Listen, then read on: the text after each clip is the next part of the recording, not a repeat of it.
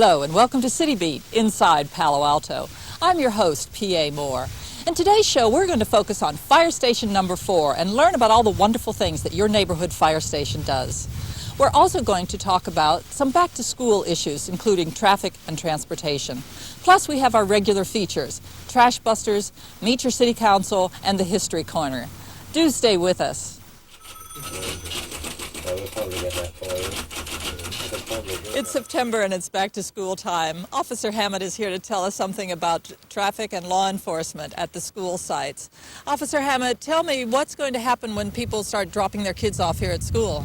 Well, what we're going to find that has been happening on a regular basis on the return to school is that we get a large backlog of traffic, we get traffic congestion, we get parents who seem to be in a rush to drop their kids off. So what we're going to be doing this year is we're going to be working just that little bit harder to try and make it a little bit safer. And what are some alternatives for parents? Well, some of the alternatives that we'll be recommending is carpooling. If there are several children within the block or on the street who go to the same school, then we're going to be recommending that they carpool. One of the other things would be cycling to school, where the kids can just ride their bicycles, of course, wearing their bicycle helmets for safety. And then the final alternative is back to walking to school.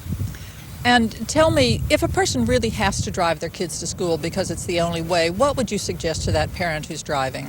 Well, what we suggest is that you leave in plenty of time. Always make sure that you're not late, you're not rushing, and therefore you're going to be rushing into the school, you're going to be dropping the kids off quick and not really paying attention to what you're doing or how you're driving.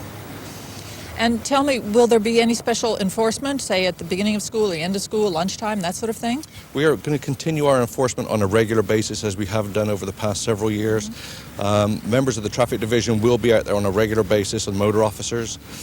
We've got our own designated schools where we do specific enforcement, and we'll be rigidly enforcing traffic violations, especially hazardous violations. Also, members of the day shift patrol division will be assigned in adopting schools.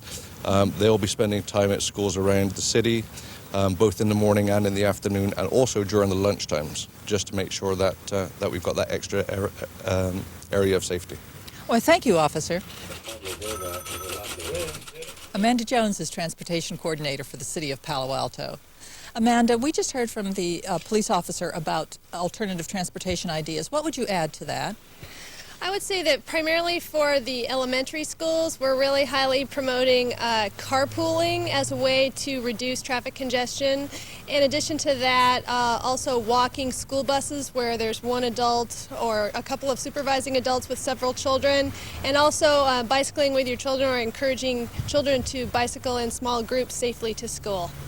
I think that this year is very different from last school year, and there's a lot of more safety issues involved. I'm going to talk about that. I think it's important to stress the safety issues. I know that one of the main concerns for parents about allowing their kids to use alternatives is the increased traffic congestion around schools and just traffic safety issues. But I think if enough people can get it together to choose alternatives and do carpool and bike and walk and actually use transit when possible, that will help to reduce some of the traffic congestion. And I know that Palo Alto's police force will be out, as they have been in the past, at the schools, and that should increase both traffic safety and personal safety.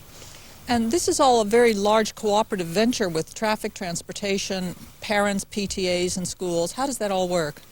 Basically, we all work together. There's a group, the City School Traffic Safety Committee, which addresses the different safety issues at the schools. That's staffed by the Transportation Division, school district staff, police department, and PTA representatives. And a lot of these issues are discussed in that venue. But even on a countywide basis, there's a real emphasis on school safety, and I think that Palo Alto has really taken the lead. Palo Alto, San Francisco, and the Bay Area are now working to decide the future safety of your water supply system. Palo Alto, Stanford University, Menlo Park, and Redwood City are part of the 2.4 million residents in the Bay Area whose safety is at risk because of the archaic conditions of our regional Hetch Hetchy water supply system. The Hetch Hetchy system was designed and built in the 1920s to carry water from the Sierras across the Central Valley through the foothills into the Bay Area. We know far more today about both the seismic conditions in that area as well about what is necessary to adequately build for that. As the system comes to us, it crosses 3 active faults. Studies have shown that it's not a matter of if, it's a matter of when there's a major earthquake on these faults. That earthquake can rupture the Hetch Hetchy system. We could be left without water for 20 to 60 days. This is not a matter of not taking showers. Firefighters cannot fight fires, hospitals cannot operate, and businesses, be they high-tech or the ice cream shop around the corner, will close. Your health, your safety, and your economic welfare are all at risk because of the dilapidated conditions of the Hetch Hetchy system. We've been working in Sacramento and with San Francisco to resolve this problem. In San Francisco, they have on the ballot a measure that will provide funding for their portion of the upgrade. This upgrade over 10 years will cost our Bay Area $2.9 billion. We've been working in Sacramento to ensure that we have the flexibility to join with our sister cities to not only finance our portion of the regional system, but also to improve our conservation and our efficient water use. We will continue to work with our sister cities throughout the Bay Area to ensure the safety of your water supply for our future generations. I'm with Catherine Capriles, who's a firefighter for the city of Palo Alto. Catherine, tell me, where are we standing and what is it about fire station number 4? We're standing at the corner of East Meadow and Middlefield at 3600 Middlefield Road. It's Mitchell Park Fire Station. And there are 3 individuals who work out of this fire station, and we're the local community fire station here. So as a community fire station, you do a lot more than just medical emergencies and fires. What are some of the other things? Yes, we also do public demonstrations for school children, either at their school or here at the fire station.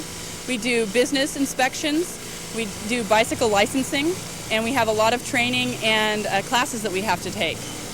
And I expect since you're in a neighborhood here with lots of school children and residents, there's a lot of visitors come through. Oh yes, we have a lot of visitors, and we show them the fire station on a regular basis and give them a taste of what it's like to work in a fire station and what they can expect from us when we come to see them on a call.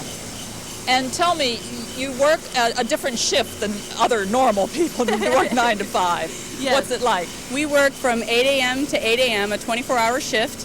And there are 3 individuals who work at this fire station, and we have 3 different shifts that come through here.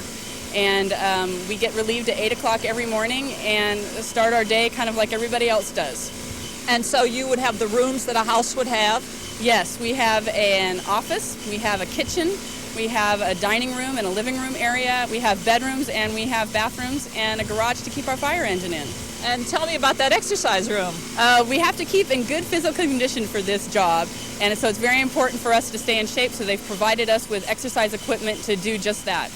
Well, I'd love to take a tour. What do you think? I'd love to take you on a tour.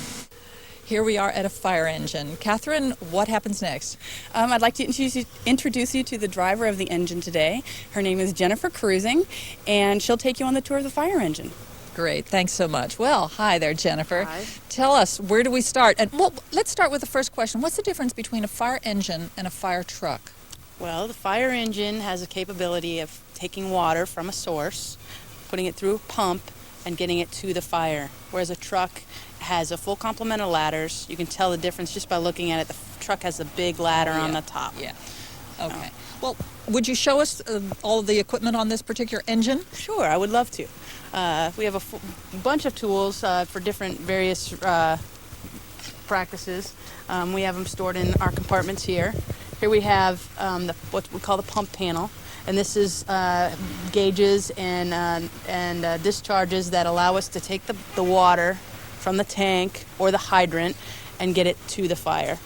So we hook our hoses up to various outlets, discharges. We have a full complement of extinguishers for various uses, water, CO2, dry chemical.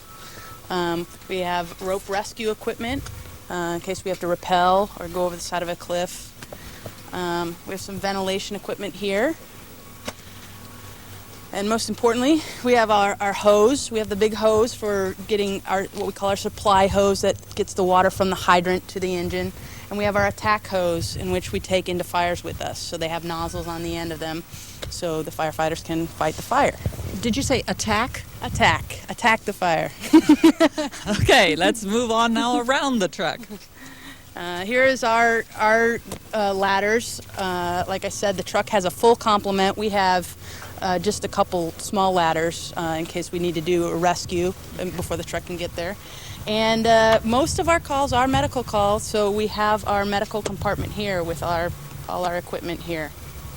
Okay.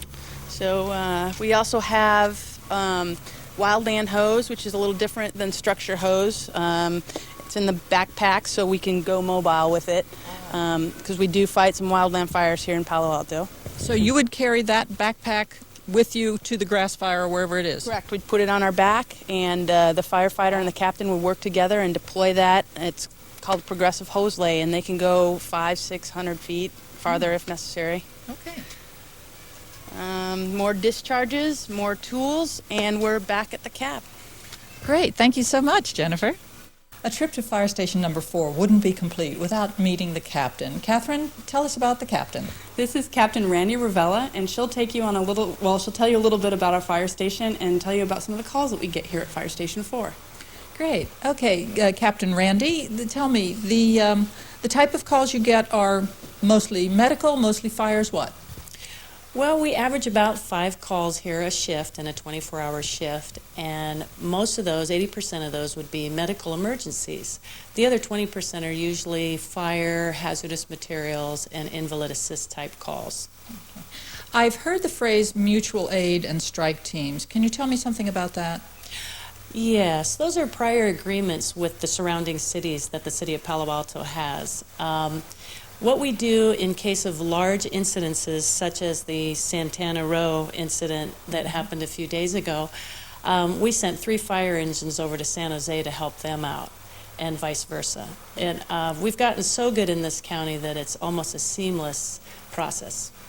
And this particular fire station is special in some way. It's like a neighborhood fire station.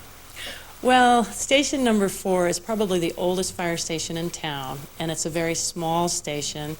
Like I said, we only have 3 individuals here and 2 pieces of equipment, one being a reserve and one a first-line engine. Thank you so much for the tour and the visit. We really enjoyed it. We hope you've enjoyed your visit to Fire Station number 4. For more information, visit the city's website.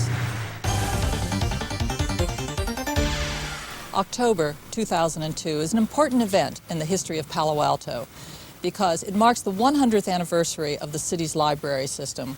With me is Sylvia Baker to talk about these events. Sylvia, what's going to be happening on October 5th? Well, on October 5th, the library has scheduled an open house at each of our 6 library locations. And we discovered that one way to attract attention is to lead in with food. So we have actually named our events a little bit with food, in that we're having cookies at Children's and cupcakes at College Terrace, I believe, and donuts at Downtown and munchies at Main and tea at Sherman Park. And each library is planning their own events, and it'll be a combination of exhibits. There'll be some singing, some dancing, some storytelling, but it's going to go on a Saturday. It's open to the public. It's free, so please feel free to come out and enjoy it. And I understand that the city will also be celebrating the centennial of the library, not just on October 5, but more into the future. Can you explain a little bit more? Well, let me just say it's thanks to the sponsorship of the Friends of the Library that we are indeed having these activities, and they're going to be over a period of 2 years. We wanted to include not only the time when the city assumed responsibility for the library, but also to recognize when the Carnegie Library was opened as well in 1904. So watch for the events on the webpage, and then you'll find out more about it. And the newspapers, there'll be advertisements there too.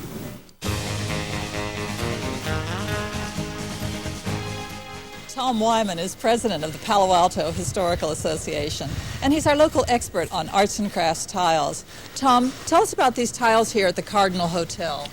PA, what we've got here are the outside architectural tiles, decorative tiles, which really grace this Cardinal Hotel, which was built in 1924 by William Weeks and Burge Clark. William Weeks was the old-time architect of the day, and he really liked this automobile, as you see, in this design, ceramic tile design. However, Burge Clark thought it should have been much more classical. You can see that Burge Clark lost that one. We have the automobile, which is in itself quite appealing. And I understand there's something else inside the Cardinal which is particularly historic. Well, if you are coming down Ramona Street, don't hesitate to go inside and see that wonderful batchelder fireplace. It's a magnificent, large ceramic tile fireplace. You'll look at it, you'll think it's probably stained walnut. No, it's ceramic tile. And it's a wonderful example of the batchelder fireplace of the arts and crafts period. And now let's go take a look at some other tiles as well. So ceramic tiles weren't for everyone, and I understand these are cement tiles, and how does that work? Well, these are unusual tiles, P.A. These tiles were designed by Pedro de Lemos, and he was, of course, the at Stanford University curator of the museum, and he produced these tiles because he felt that glazed tiles, fired and glazed tiles, were simply too expensive for most people in the 1920s. So he designed these types of tiles, and you see them quite a few places around town. They're very attractive in their own right, but they really never caught on to displace glazed tiles. And the design on these particular tiles? Well, this particular series is a Mayan series of tiles, and very deeply incised, deeply incised. They're about 12 by 12, and they're very attractive. It's remarkable that they've lasted as well as they have, although more attention should be given to their care so they can be preserved for future generations. Tom, now we're here at Nola's on Ramona Street, which has lots of different architectural aspects. Tell me about the stones in the floor first. Well, the stones are river pebbles that are arranged into rectangles, perhaps 12 to 15 inches square.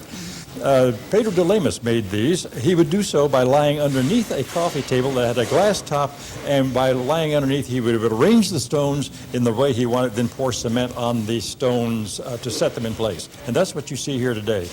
And now the other ceramic tiles here at Nola's? There's a wonderful assortment of ceramic tiles here. In stair risers that you can see here, right at what I'm standing on, there are SNS, Solon and Schemmel tiles, and they were made in San Jose in the 1920s. This entire Ramona Street complex was developed during the 1920s, and you've got some wonderful examples of ceramic tile and also architectural ironwork, as well as the early Mission, California architectural style. Well, thank you, Tom. And residents, be sure to contact the Palo Alto Historical Association if you'd like to take the tile tour. Hi, I'm Julie Weiss with the City of Palo Alto's Water Quality Program. We're concerned about the level of pesticides we're seeing in our local creeks in the bay. The city has taken several steps to make sure that we're minimizing our use of pesticides and then using the least toxic products available. We want to help residents do the same, and so we're offering 3 great programs. The first is our Bug Buster workshops. These are popular 1-hour workshops that will teach you everything you need to know about controlling yellow jackets, ants, snails and slugs, and other common garden and household pests. Our next workshop is going to be held here at the community garden behind the main library at 1213 Newell. That workshop will be held on Saturday, October 12th at 10 a.m. In the meantime, if you're looking for less toxic products, be sure to look for this shelf tag at local garden centers and hardware stores. These shelf tags will guide you to the least toxic products available for the pests that you want to control. Finally, we offer lots of information online at the website you see on the screen. We'll tell you pest-specific information, and we'll give you details about our workshops and in-store programs. You can also reach us by calling 329-2598. Thanks for helping to keep our water clean. Hi, I'm Wendy Hediger with the Palo Alto Recycling Program. September's back to school month, so I'm going to give you some ideas for low-waste lunches that rival Lunchables in taste, but without the waste. My first popular Lunchable item I chose is the Cracker Stacker. You can easily duplicate this by choosing your child's favorite meat and cheese, as well as their favorite cracker. Also include maybe a piece of fruit, as well as a treat like Oreos or whatever cookies or treats your children would like to have. The second lunch I chose was the Lunchables Nachos. Now these are also easily duplicated. Choose your favorite cheese product as well as a favorite salsa. You can also get chips, and then you can place them in these easily reusable containers. This is much better than using all of this packaging that would otherwise have to be thrown away after you ate the Lunchable. The third meal I chose is the ever popular pizza. This is also easily duplicated. I chose to use boboli, but you can use a pita bread or any other type of bread that your child may prefer. Also get canned pasta sauce, as well as whatever toppers your child would like. I chose pepperoni in this instance, as well as a cheese. And they can all be placed in these reusable containers and brought home and used again. If you prefer more of a standard lunch, I have a container here, an idea here for you as well. You have this sandwich, as well as some grapes and carrots and Oreos. And all these items can fold up and close like this and is easily carried by your child. As for drinks, most of the schools do have vending machines, but if you prefer your child to have their favorite juice or drink taken with them to school, here's an idea for you. If you have their favorite juice and then a juice container, which the lid snaps up, they can drink out of it, but once it snaps down, it's watertight and they won't spill their juice. Plus it's plastic, it won't break. So if your child is going to take a lunch to school, the one thing you do almost absolutely need is a thermal lunchbox, something that'll keep the contents cool or warm, depending on what you are giving your child. This one can separate into two pieces, so if your child doesn't need that large of a container, they don't have to carry it all day. Also, I like this one because it has a handy snap that can snap on the backpack. But perhaps your child would prefer the 101 Dalmatian container. It's really highly individual, and this is kind of the fun part for your children. They can pick out which container or which lunchbox they'd like to have, as well as what meals they'd like to eat. You also might like to include cloth napkin. This is also part of a low-waste lunch. So in conclusion, I hope you decide to use one of my recipes, or if you have any ideas, there's lots more ideas, please let me know. Email me at the email address on the bottom of your screen.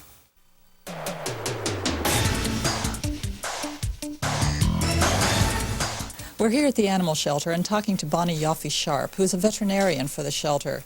Bonnie, tell me, how long have you been here at the shelter? I've been with the City of Palo Alto at the shelter here just over 5 years. And what's your normal day-to-day occupation here?